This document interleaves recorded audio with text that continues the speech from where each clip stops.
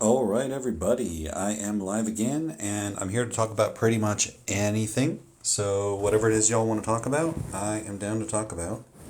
So, yeah, we will just wait until we start getting requests, people start showing up. So, topics for today could be pretty much anything that I typically cover. Could be metaethics, free will, problem of evil, really anything in philosophy or psychology as long as, I'm up for talking about it. Hey, what's up? I see people joining. How y'all doing? Hello, hello.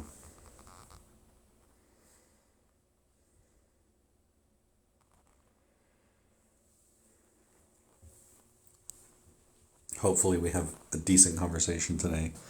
All right, so if you want to talk about any of the stuff up there, just feel free to request. So, kind of topics I typically talk about. Hey, what's up, Swords? Hey, how's it going? Hey, Jake. So, most common topic, or I guess I could say the most comfortable topic because I talk about it so much is moral realism versus anti-realism. So, yeah, I came back. I should have came back yesterday, but I'm on a trip and it's a little hard to get on here. So, yeah. All right. So, how's it going, everybody? So, go ahead and request. Maybe I should change. I'm experimenting with different backgrounds. So, maybe one that poses a question might be more effective in getting people to request. So, one that I've been asking about lately is basically if you have the kind of traditional, like the classical theistic God that's all powerful, all knowing, all good, they're all loving, they're perfect in every way, why is there suffering? Why is there any suffering? And I think that is a challenging question. I think a lot of theists agree, even if they think that they have a good answer for that question. But I think it's a harder question to address than a lot of the traditional responses that people have received for it, really suppose. Oh, I do have a request. Awesome.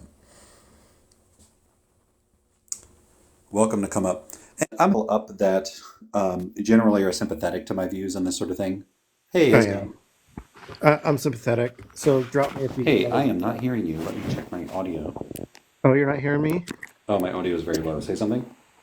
Can you hear me now? I'm turning my audio up a little more. Say something now. Can you hear me now? Can the Yeah. can the Sorry about can the that. comments hear me? Sorry, what?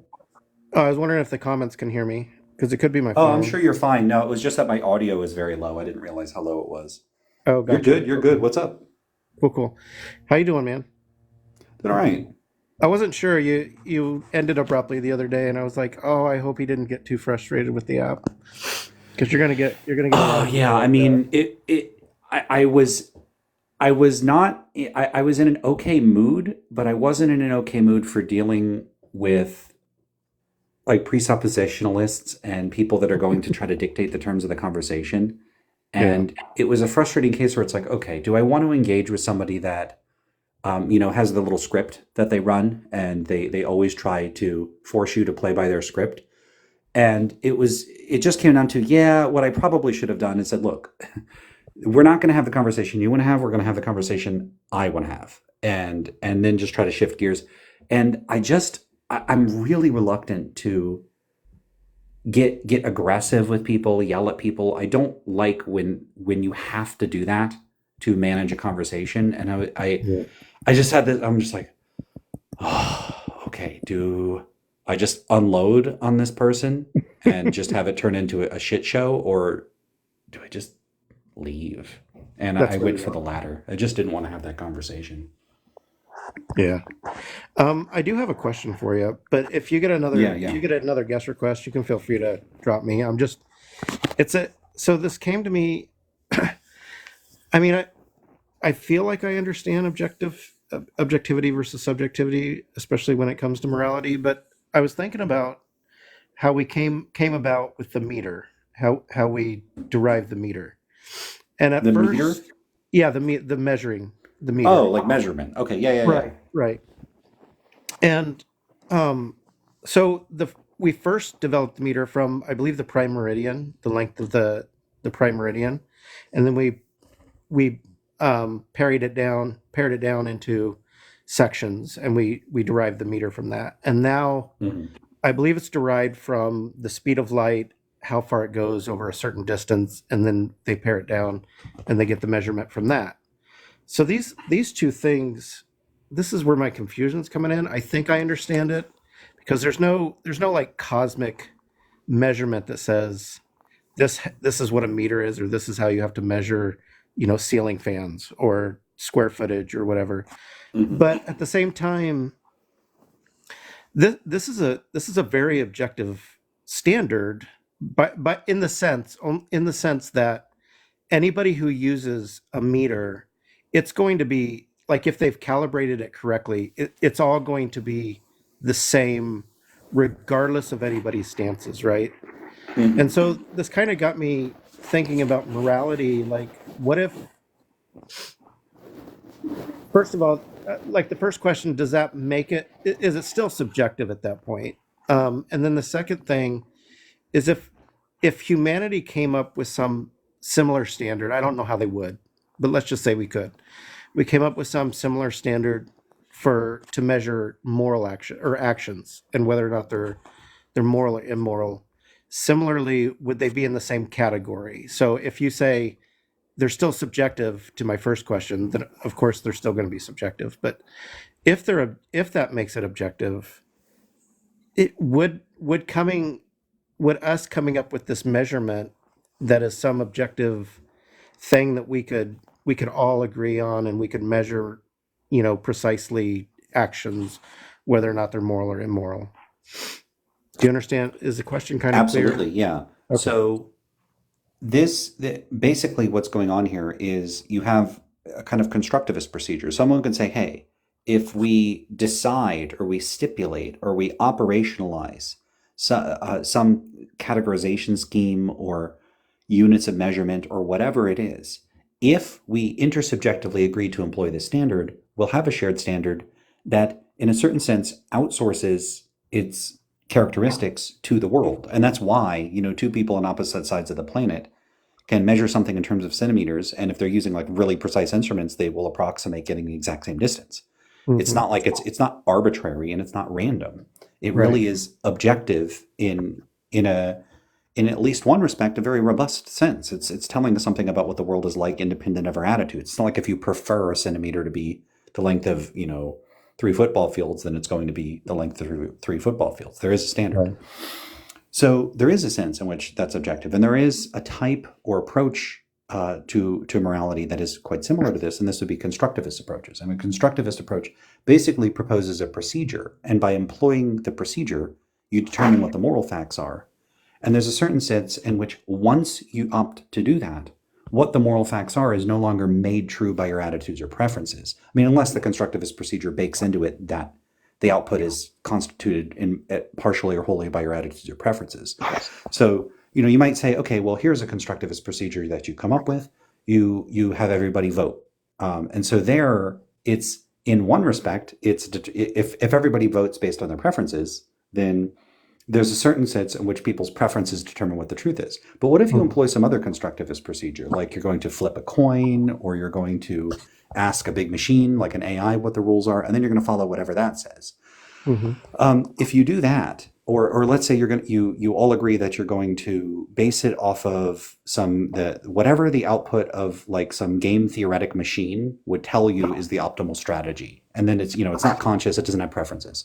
In all of those Right. cases, there would be some fact of the matter. Well, not in the former cases, because there is a sense in which it's derivative of our preferences. But in the latter case, there is a sense in which the output is partially not determined by our attitudes or preferences. Where things come in is whether or not people opt in to this constructivist procedure. Now, someone could say that you ought to follow the constructivist procedure that's proposed. So they could say it's a stance independent moral fact that this is the correct procedure to use, and then all the like sort of lower level moral facts are derivative of the constructivist procedure. But what if someone just says, look, I'm just proposing this, or I would prefer if we use this, or, hey, you could use this procedure, and then there are facts according to the procedure. In all of those cases, they're not necessarily giving you what a robust account of realist wants.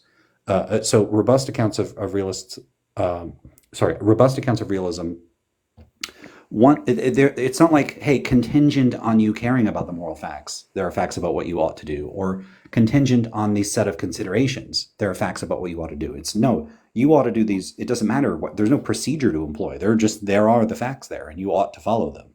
Yeah. So there is a sense in which it, like those sorts of constructivist approaches, can give you objective facts, but there isn't an objective fact about whether or not you need to employ that approach. You could just not use the metric system, or you could just not employ the constructivist procedure if you don't want to. There's Right. no binding authoritative force that compels you to do so, unless the person wants to independently argue for that.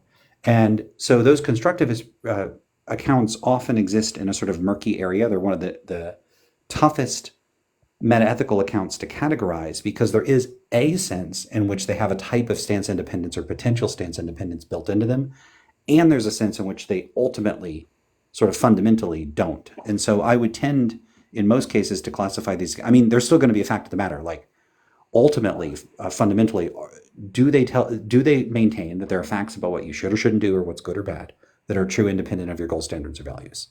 If they hold that there are facts like that, it's a realist constructivist account. If they don't, it's not. And but there are ones that it's very hard to tell. So like Kantian constructivist ones, I don't know if it's a realist account or not.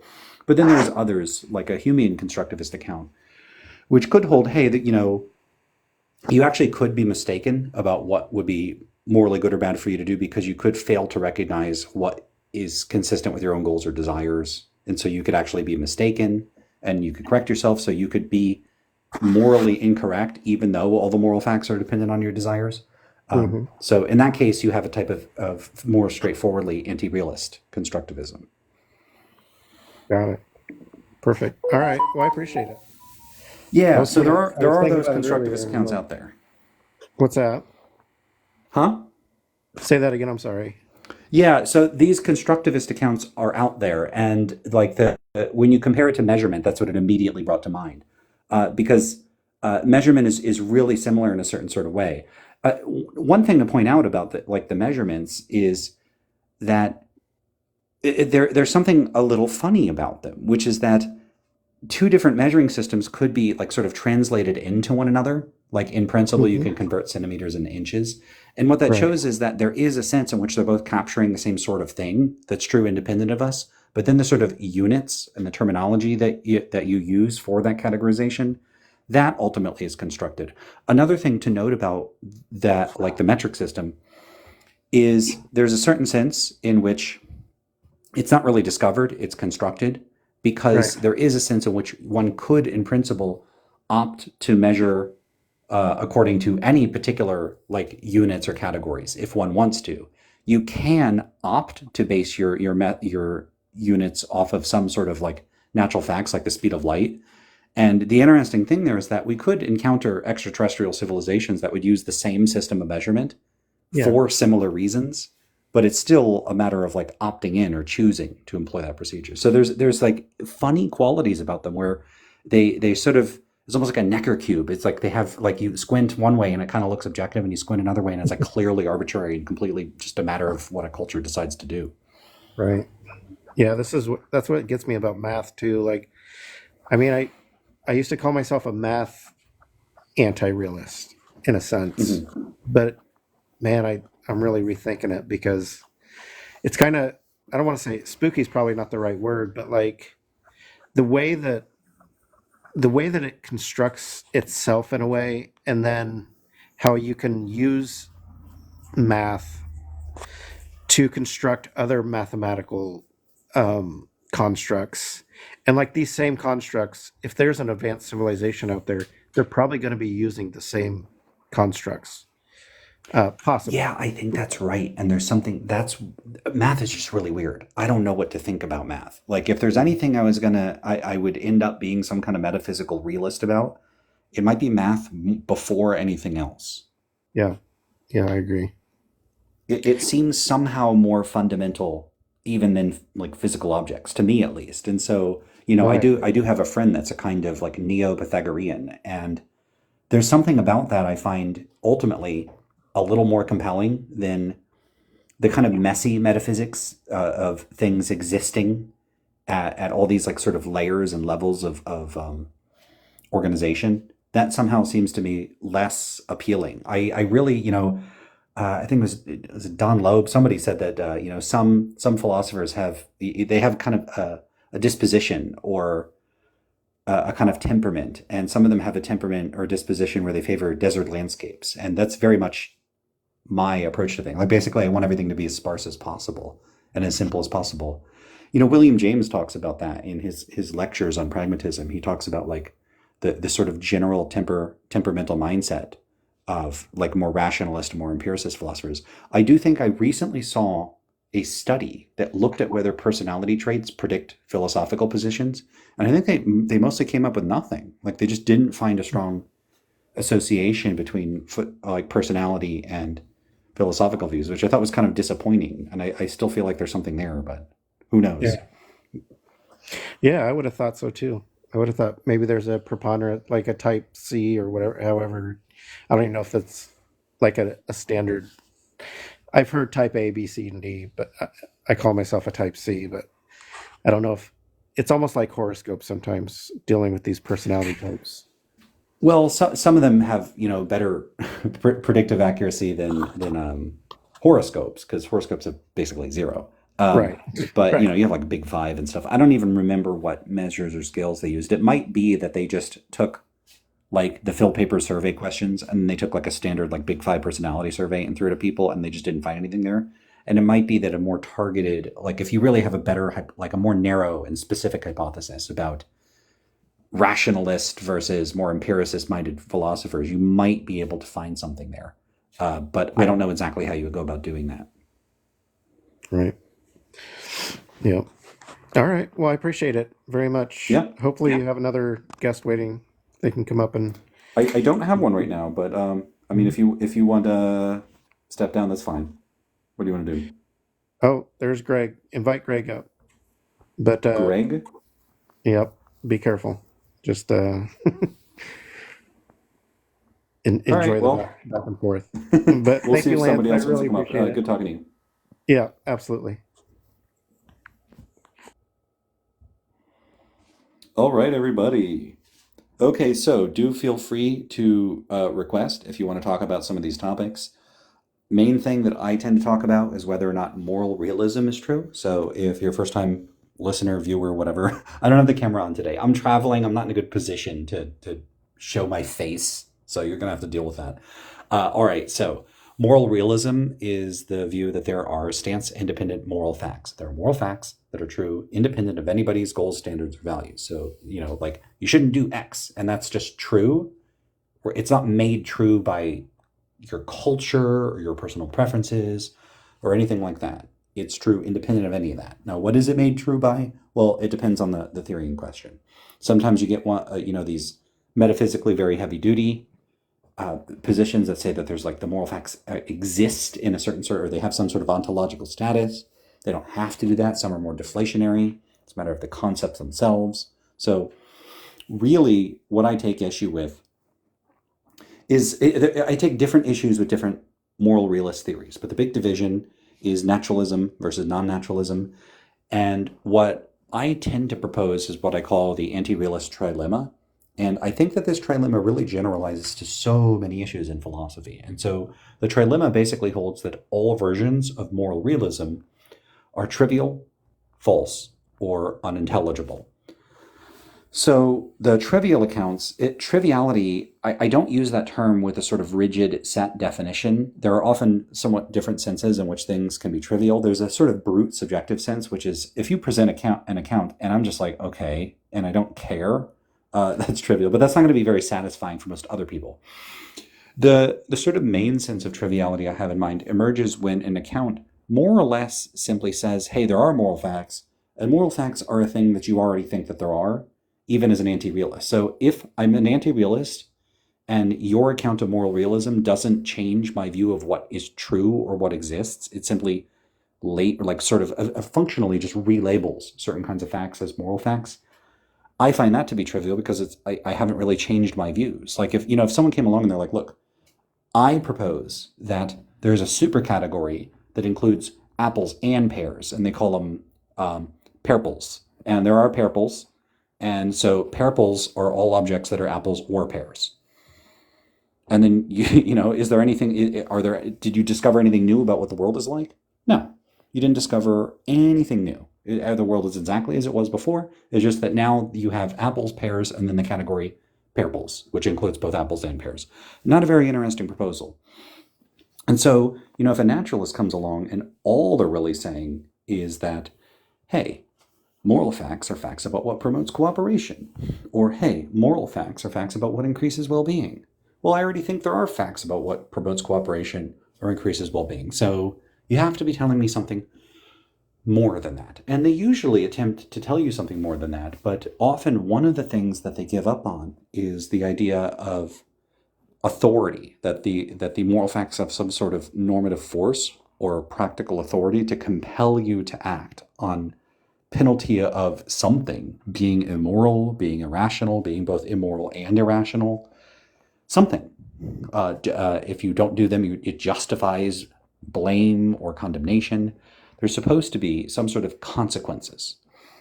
Problem is that a lot of times these consequences seem to be that, and David Lewis had a quote on this. I can never remember the exact quote. I'm going to have to pull it up sometime.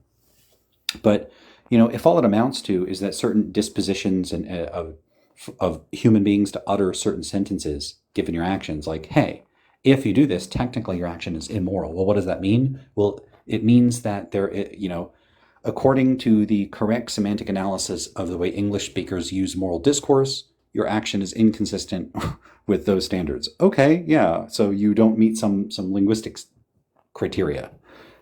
Wow, there's no further consequences, and this is a really big issue I have with certain kinds of realist accounts. In fact, for the most part, it's almost all of them, unless they include some sort of motivational internalism, where in virtue of you coming to believe some moral fact, you thereby acquire some degree of motivation to comply with it.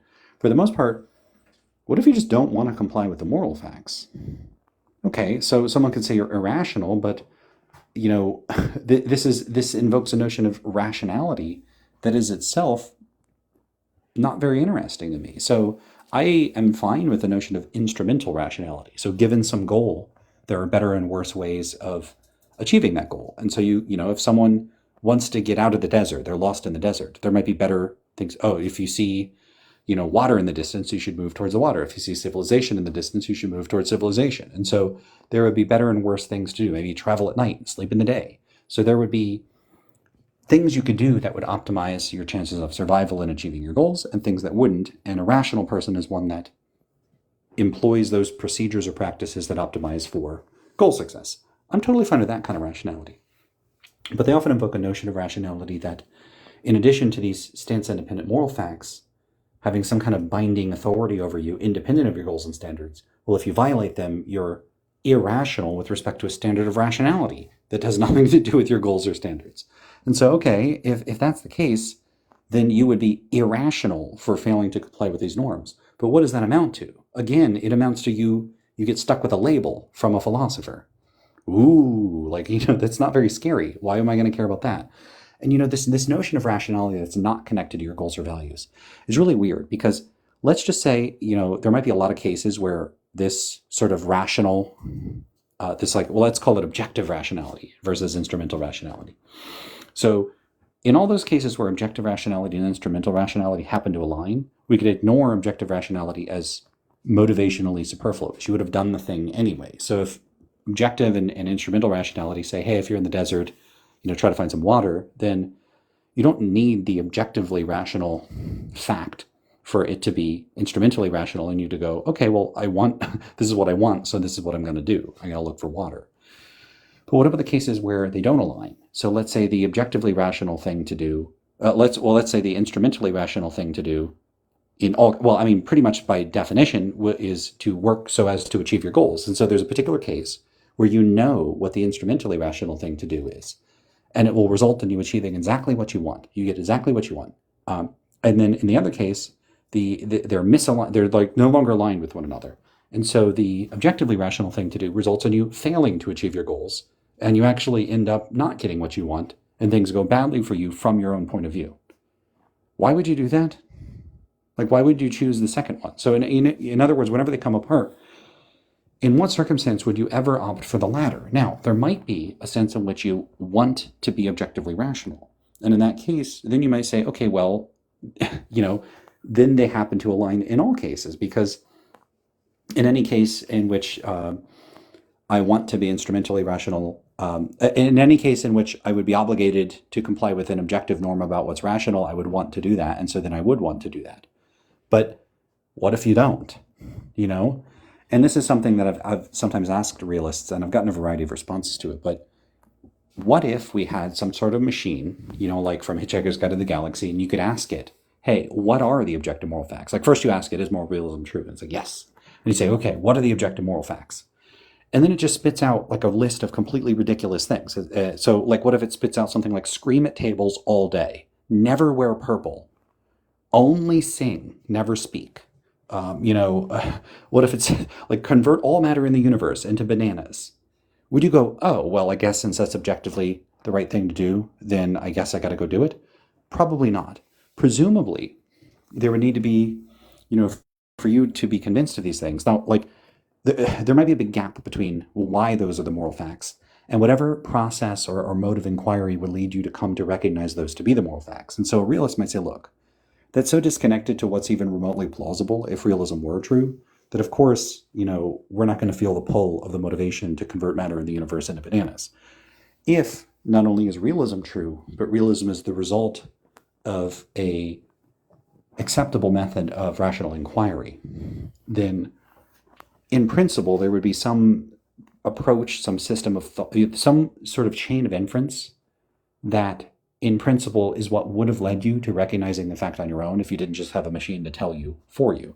The same way if you saw, like, let's say you're studying mathematics and there's a very complicated equation and you don't know how to solve the equation, but you have a machine just tell you the answer and the answer looks ridiculous. So this is a super complicated equation and the answer is like 4. And you're like, no way, come on.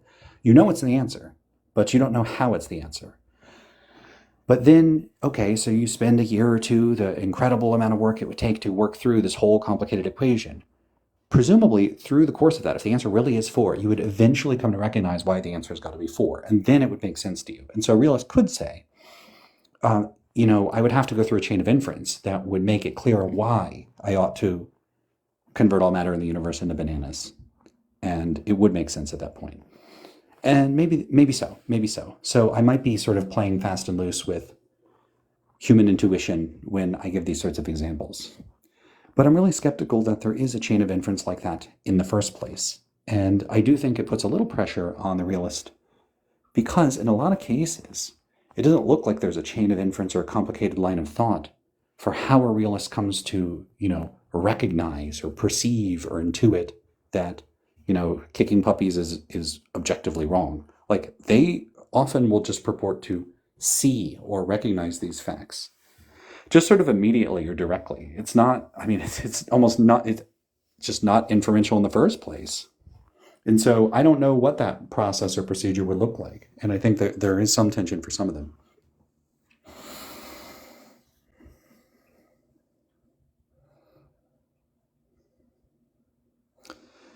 Somebody says, not sure why this is any more of an issue for realists than anyone with norms that are non-objective. Well, so it depends what you mean by norms that are non-objective. I take the view that I act in accordance with my goals and standards. So it doesn't seem like I'm subject to a similar sort of problem. Hey, Amdir, what's up? Did you want to talk? I don't have any guest requests. Someone says, thoughts on humor. So a few things about humor. So humor, this is something I pointed out before. So I checked the American Philosophical Association, and the estimate I got was that about 500 people get their PhDs in philosophy every year. So if you imagine people typically have 40, 50-year careers, you're talking, what is that? It's 1,000 people every couple of years. So, you're talking 40, 50,000 people that are practicing philosophers just that got their PhDs in the US. I don't know the total proportion outside the US. But if it's like it's the same amount, like it's the rest of the world equals the U.S., who knows? The U.S. has a lot of universities, so I don't know how many are how many programs in philosophy and how big they are in other countries. But let's say it's 100,000 or 150,000 if you count the whole world. Let's say it's 200,000. The larger the number, the worse the facts are going to be. Okay, so How many of these professional philosophers have YouTube channels, blogs, TikTok accounts? I don't see a lot of them out there working on this sort of stuff, like doing public facing philosophy. They do exist. And a lot of them are a lot more popular and more prominent and more influential than I am, for sure. But it's still like what, like 1 or 2 or 3%? It's not a whole lot of them.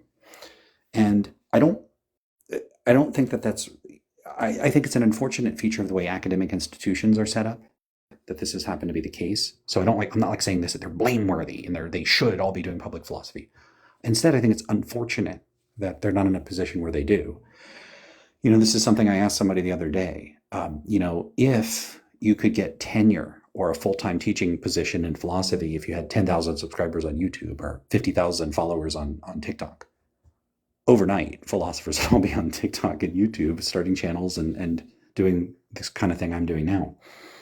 Unfortunately, academic institutions, they generate more philosophy PhDs than there are positions available. And then of those positions available, you get a kind of competition arms race for people to do what? Publish in top tier academic journals, like high status journals.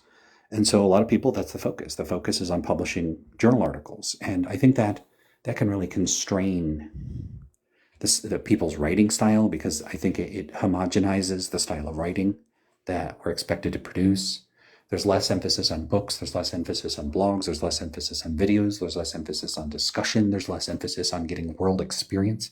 I think a lot of philosophers would benefit from traveling the world, learning other languages, being more exposed to the world and encountering more people. I think that there's a sort of loss of humanistic endeavor in philosophy. It's too insular. It's too cloistered.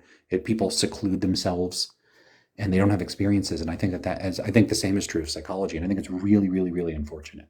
It's a huge bummer. I don't know what my point is with this, but it's just, I wish more philosophers and psychologists and other people in other fields, anthropology, were involved in doing this sort of like public discourse. So I'll give one recommendation for someone that has just sort of reignited my interest in anthropology. Gutsick Gibbons over on YouTube does a lot of critiques of like bad creationist nonsense and stuff that's, people that really do a bad job of representing human evolution. And the videos, I just love that they're just, it's like an IV that's just feeding you pure information. It's just information, information, information. And it's presented in a way with no frills, no meandering, no digressions. It's just, I love it. It's one of my favorite channels. And it's really just got me back interested in human evolution. I'm currently very slowly working my way through Dan Everett's book on the evolution of language in humans. I'm kind of reading his books out of order because his first was what is the name of that book? I always forget the name because it's long. It's like something like "Don't worry, there's there's snakes." Let me look up the title of it. Can someone look it up? Dan Everett's books. It's the first one is a reference to snakes. It's like, people living, when you're living out where there's a lot of snakes, it could be a serious problem. And he's got great books on language. And I don't think it's on Audible, but there's another one I think it's called like Dark Matter of the Mind. So I got to check that out. So I'm working through that book, and it covers human evolution. And he has a proposal for language emerging a lot earlier than I think some other theorists propose. Oh yeah, I'm totally taking guesses. In fact, I have a request. I wasn't paying any attention. Hello. Hey, how's it going? How's it going? Good, good. What do you want to talk about? Yeah, I mean, I just saw a few of your key points that you have up. Um, are you a like, do you believe in God at all? I do not. I'm an atheist. Okay. Oh, okay. Um, just like an atheist, or are you like an agnostic atheist, or? I mean, you could call me an agnostic atheist. I wouldn't. I don't know if I'd say I know that no gods exist. Okay. I mean, I might say that, but it would really depend on what mood I was in, with how assertive I wanted to be about using the term no. Certainly not certain that gods don't exist. I think that'd be a little silly. Okay. What about the Christian God? What's your view on that? Yeah, I think that the Christian God, I mean, in any case in which you have a sort of more robust account, where there's like more features added to your account, I think all else being equal, it's going to be less likely than a sort of simple pared down thing. I mean, you could have like a sort of very pared down conception of God, and then you also have a God that also incarnated as a human and walked the earth at a specific point in time. And so, all else being equal, the latter is going to be less probable than the former. And it's really just going to be a matter of degree. Although it could be compensatory in other ways relative to other religions. So even if it's making a broader set of claims, maybe some of those claims can sort of latch on to historicity in a way that maybe another religion couldn't. So, the fact that it seems very plausible that Jesus was an historical figure relative to a religion that proposes, some mythical account that clearly didn't happen. Maybe that's a point in its favor. So, but overall, I think Christianity is fairly implausible. And you think that's mainly because the resurrection didn't happen? I don't know if I'd say it's mainly because the resurrection didn't happen. I'm typically more concerned with the proposed attributes of God in a broader sense than the resurrection. Although I do think that the resurrection account, I don't personally find that it to be more likely that the resurrection actually took place than some unknown mundane set of events took place. So yeah, I think that the resurrection is a soft spot for Christianity. What would convince you? What would be like convincing evidence for you to convert to Christianity? Ooh, I think there's quite a lot of things. I mean, one of the main things is because sometimes you'll get atheists that are like, if God came down from the sky and spoke to me, I still wouldn't believe. And then there's others that would say, I would believe. And for me, it's very hard. Like I would want to flesh out the circumstances. So for me, part of the way I go about forming my worldview is holistically and with reference to the rest of my background beliefs. And so one of the things I've mentioned a couple times is what you could call the kind of ripple effect, which is if there's a new potential belief that you're considering, you have to consider what kind of effect would this belief, if true, like I add it to my deck of cards, like the rest of my beliefs, how would it affect all the rest of my beliefs? So if adding a card, which is a new belief, to the rest of my deck of cards would invalidate all the other cards. Every other card is now false, right? So all the cards in my deck are either true or false. And if adding one new card would make the 1,000 other cards all false, I think all else being equal, the new card is probably the one that's false, if it conflicts with the rest of them. Why is that? Well, it's because I've already internalized and integrated and engage in epistemic practices to the best of my ability to verify my existing web of belief. And so if there's a new proposed belief that's really inconsistent with them, all else being equal, that new belief is the one that I would consider less likely. And so, if I witnessed a single miracle event or seeming miracle event, I might be able to chalk that up to hallucination or trickery or whatever. But if there was some sort of like major event, like angels came out of the sky, and I wasn't convinced immediately, but then I saw that people had miraculous powers and people were prophesizing and other sorts of things were happening, I don't think it would take very long for me to come around and go, okay. Same way if like there was one report of like aliens have come to Earth and they're running around, I might be like, okay, baloney. But if it was everywhere all the time and it was on every news channel, now I'm going to come around to thinking that it's likely to be true. So I think that multiple consecutive, readily verifiable instances of miraculous events that are somehow directly and specifically tied to Christianity could be a way of convincing me. Some type of personal revelatory experience might convince me, although I do worry that the lack of sort of public accessibility of the experiences would make it hard I might feel confident even if I were delusional, and that worries me a little. What if it seemed like God spoke to me directly? How do I know? I might feel like I know, but that lack of sort of external corroboration would be troubling. But it might convince me anyway. I might be like, no, I knew what I experienced. So personal revelation, numerous accounts of miracles, those would be a couple of them. I'm not sure what else. I mean, I could keep speculating, but I've said a lot, so I'll stop there. I see. What are some of these other cards that you mentioned that would kind of like make you skeptical? Like, what are these other cards? Like, is it like evolutionary biology? What are some of these things? Yeah, generally speaking. So I generally take a fairly empiricist and like science-y view of the world. I'm not some sort of dogmatic or dedicated naturalist, so I don't have some sort of ideological or philosophical objection to there being supernatural events. I find them very improbable, but I don't have this view that like a really crude kind of Humean objection to miracles, which is like in any instance in which there could be a miracle, it's less likely it's a miracle than it's not a miracle. Therefore, there's no miracles. Like that wouldn't allow me to recognize a miracle when it was really occurring. So that I'm not going to adopt a really crude principle like that. But yeah, it's a generally something similar to a naturalistic framework of looking at the world. So, for instance, in the case of the resurrection, well, I don't know of any similar cases of people returning from the dead. It seems, don't know if I can say returning from being unalived. I don't think repeating the same term again, but whatever. I got to condition myself for TikTok.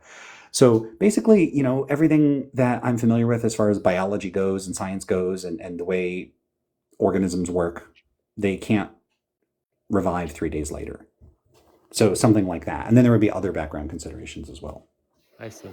Um, well, I mean, the thing is that I don't think that some of those things, well, from my perspective, like I accept to some extent evolutionary biology, not the scientific theory of evolution that then goes on to explain how human beings came about, but I accept to some extent like natural selection and adaptation and things like that, and I think that I could still believe in God with those cards still being up there. I would just feel like, for me, I'm not fully convinced that the scientific theory of evolution is true. I think that the evidence provided has a lot of faultiness, and that it was. I haven't read too much, but I've read some things about the evidence provided, and I'm just not really convinced by it. So I think that I would still be able to accept some of those cards if I kept on seeing these reoccurring miracles. Yeah. So that, I mean, it's a question of, it's not like there's one canonical conception of Christianity, and it's a mega literalist creationist account. And if creationism fails, then Christianity fails. You could accept certain aspects or even most or all of evolutionary theory and have some salvageable form of Christianity, I think. So, when I say, hey, I think this account is improbable, um, I'm talking about the general category. And as you sort of give up claims that are inconsistent with my current views, the claim would become increasingly probable relative to my current views. So, an account of Christianity in which aspects of evolution are true is more consistent with my view than one which, just wholly rejects evolutionary theory. Okay. Have you ever heard or studied or heard or just read anything about Eucharistic miracles? Nope, don't know much about Eucharistic miracles. Okay.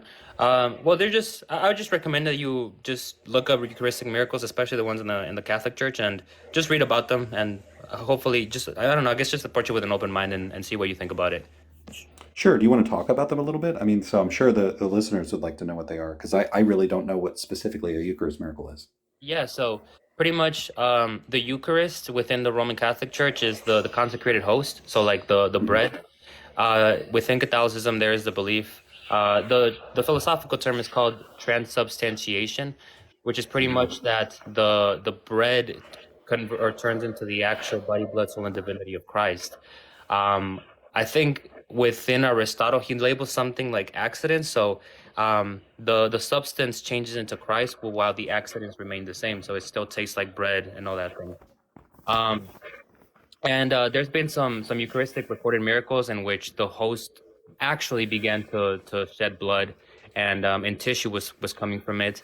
And right off the bat, I want to say that the Catholic Church doesn't just recognize these as miracles right off the bat. There's a lot of investigation that goes behind to make sure that these are credible.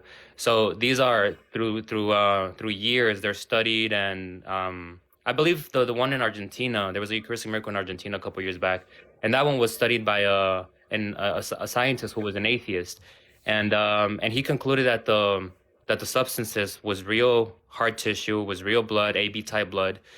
And then there was others in Mexico and in Lanciano, Italy, and they all match in blood type and in like hard tissue. And yeah, I mean that's just pretty much what it is, really. That's just yeah. Okay. Yeah, it was not surprising what that turned out to be. But I appreciate the explanation either way. What do you think is going on in those cases? You think some of those are legitimate, like genuine miracles? Well, I mean, as a Catholic, I do believe in them, but I've also done, I didn't just believe in them right off the bat. Like I mentioned, these were studied by not just well-known scientists in their time, but they were also atheists. So the transparency was there. Um, and in fact, I believe that the scientist himself, he didn't know the story, he didn't know the background of it. They just kind of like gave him the substances and told them, well, here, study it. And one of the things that he concluded from it was actually that the substance, the host, was alive because it was still producing white blood cells. And in order for something to produce white blood cells, it needs a living host.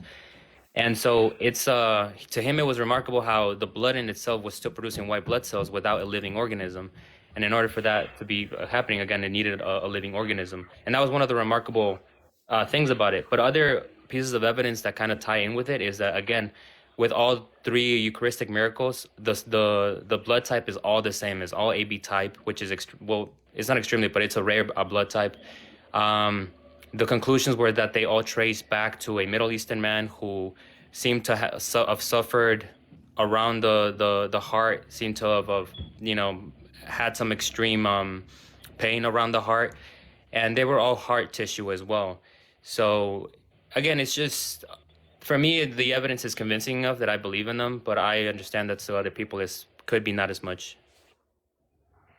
Yeah, I mean, you might imagine I'm very skeptical of multiple elements of that. Sure. I I cannot resist the interesting implications of if people actually had the tissue and were able to transfer it to a lab for study. These days, would it be possible to revert some of the cells into stem cells and then like potentially attempt to like clone the DNA? Because like what I don't know how blasphemous it would be, but cloning Jesus seems like a pretty hardcore thing to do. But like, I'm confused. Like, what are you suggesting that could have happened? Oh, well, if they have the cells in a lab, they could try doing something with them, like, trying to make the like clone Jesus. Right, I see. Um, no, I mean, there's no.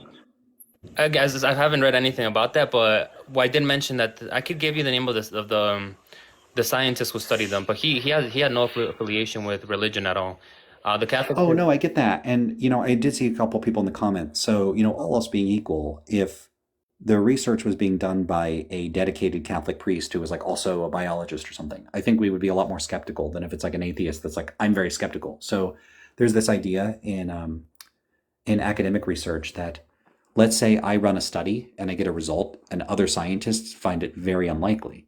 One thing you could do is an adversarial collaboration. And that's where you find someone that totally disagrees with your conclusion. And you're like, okay, let's work together and reproduce the study, like redo the study again. And then if you get the same results, I think that makes it a lot more convincing because precisely a person that's most vigilant and disposed to want to show you to be wrong ends up agreeing with you. That's better evidence than if it's just like if you got your buddy to do it. So I do think pointing out that these researchers were atheists or were skeptical or were not aware of what was going on does buffer against some potential concerns. But what I would suspect in a lot of these cases is that people may have, like, I don't know about them reporting that it was like specifically heart tissue. I don't know how reliable or accurate those judgments are. I don't know about it still being alive. Seems like that would be, immediately published in like a Nature or something. So I'm very skeptical about a lot of that. But I would also just worry, like, if you gave tissue to someone that's like an atheist scientist, it could be that the hoax, if it was a hoax, was someone getting heart tissue and like smuggling it into a like a mass or something. No, Yeah, would you think that's a possibility? yeah. I mean, obviously, any theory is a possibility, but I would say that it's highly unlikely that there was some sort of collaboration in that sense because the Eucharistic miracle that happened in Lanciano, Italy, happened decades ago. I would say even over a century ago, and it was studied again by a new scientist and compared to the one in Argentina. So they are restudied, and the conclusions are always the same. So just again to kind of like mention in a little bit what you were talking about as to whether they can be restudied and get the same results. They are restudied and they do get the same results. I can also, I mean, it would be hard to I guess like share the document, but his name is Frederick Zugibe. He's the one that Hmm. published the results, and he has a like he published like how do I say it? I guess his results like in a piece of paper in a document. He states his name, what his occupation is, and then he lists the results of the studies. And again, it's just his results, so you could, I guess, read them if you'd like. Yeah, I mean, I don't. You could send them to me, but I don't know how much of a priority it is for me to look into this stuff. Sure. Sure. Happy No, to discuss it though. yeah, no, I understand. I guess I can just wanted you to read into it and then see what you think about it, I guess. Yeah, it's a sort of. I mean, if it's a lot to read, it's just probably not going to be at the top of my list. I mean, I have a lot of things I could read, and I always have to prioritize. But Sure. I do appreciate the suggestion. I just don't know if I'm specifically interested in investigating miracles, at least not at the moment. Okay, that's fine. That's fine.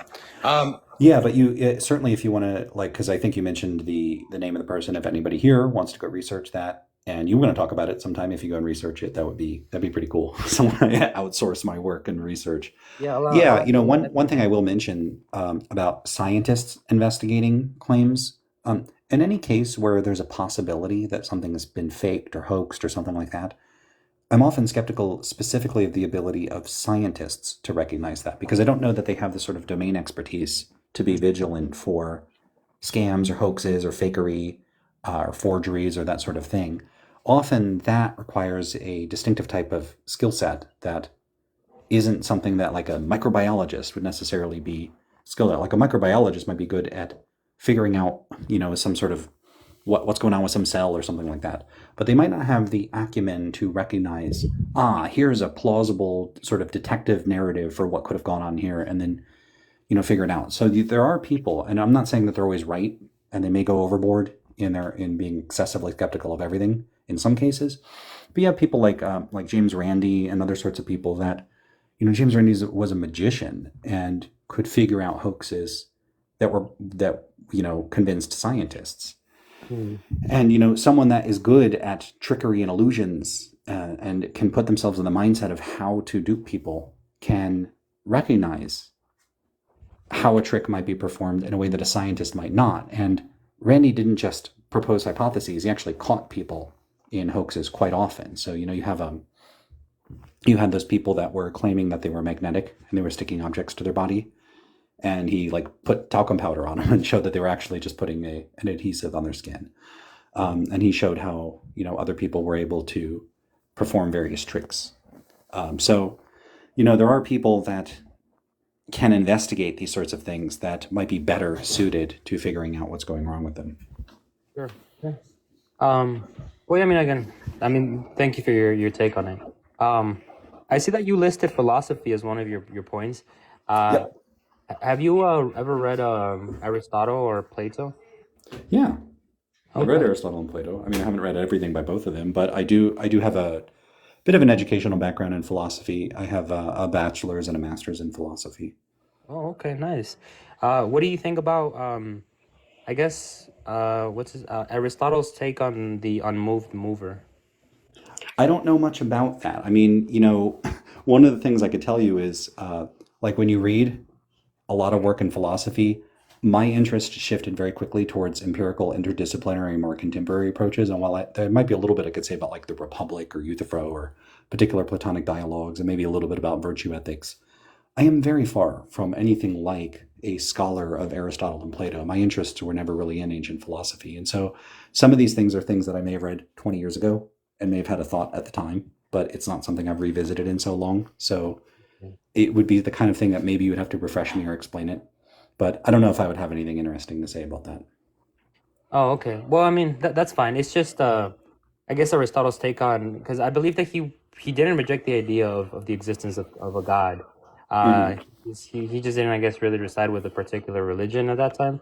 Um, but he just says that, I guess, is a cosmological argument that everything that has a cause, or everything that's in effect has a cause, and so if the universe had a beginning, then therefore it had um, a creator, someone who caused the Big Bang, I guess you could say. Yeah, I mean, I would have a couple concerns with the idea that if everything is a cause of the universe, came to exist, then it had a cause. Like even if that's true, I think there would need to be other steps. And I know that Christians certainly have other steps for how they get to what the cause would be a god. The other thing would just be that I'm not convinced that there really is a compelling case that the universe did begin to exist. So I think it's still an open question, even given modern scientific findings, whether or not the universe began to exist or not. So What's your take on it? Do you think that the universe began to exist, or do you think it's eternal? I don't think I'm in a position to know. So, I think that that sort of cosmological question is open, and I just don't understand cosmology well enough to really have a position on it. I can tell you that this is a rare case where I actually have an intuition or a hunch, which is that the universe is eternal. But I Hmm. don't have, it's not like I have an argument for that. I see. Okay. It's just more like, honestly, I think I kind of just want that to be true, but I don't have an argument one way or the other. Okay. Well, hey, I really appreciated the conversation with you. Yeah, I this is the kind of conversation I'm looking for, where it's very clear that we probably have strong disagreements, but we can have like a respectful, like friendly exchange, and you could recommend stuff, and that sort of thing. I really appreciate that. Yeah, no, again, I'd love it if you just read a little bit about Eucharistic miracles. Is there anything that you recommend I read or something, anything with philosophy? Well, it would depend on what you were looking to do. I would also say if you want to increase the odds that I'm going to have a look at something, do like direct, like just DM me and like say here's a link or whatever. That's totally fine. You could message me and send me Okay. something, because good chance I'll just forget. This like most of like the details of what you like, this specific person's name I'm not going to remember. So just message me. Um, yeah, if I were going to recommend stuff in philosophy, do you prefer reading or watching YouTube videos? How do you consume stuff? Either or. I enjoy both, honestly. So doesn't matter. Okay. I'll make a couple very generic recommendations then. The first is check out Kane B's channel on YouTube. Kane B just has awesome philosophy videos, and he just covers pretty much everything. Can be. And there's very informationally dense. He just like, boom, here's the literature. And then as far as books, what would I recommend as far as a book? I I'm so critical of so much philosophy that it's hard to recommend anything. What I would say is, what would I recommend? I don't know that I have any specific recommendation. I guess I would need more context, because I don't know that we covered anything that's in my sort of general philosophical wheelhouse. Okay, that's fine. For the Kane B, how do you spell that? Kane, and then just B, the letter Just B. B. And Yeah, philosophy. Okay. separate words. It's just short for his last name. I think it's Baker, Kane Baker. Oh, okay, okay, I see it. Okay, awesome. I'll be looking into it then, and I followed you, so I'll send you that link. Awesome, thanks, appreciate it. All right, have a All good right, one. everybody. Oh yeah, no, take care. I know I have another guest request, but I did have something come up, so I'm gonna have to go for now, and I may come back later. So I will see you all later. All right. Take care, everybody. Sorry to have to end kind of abruptly.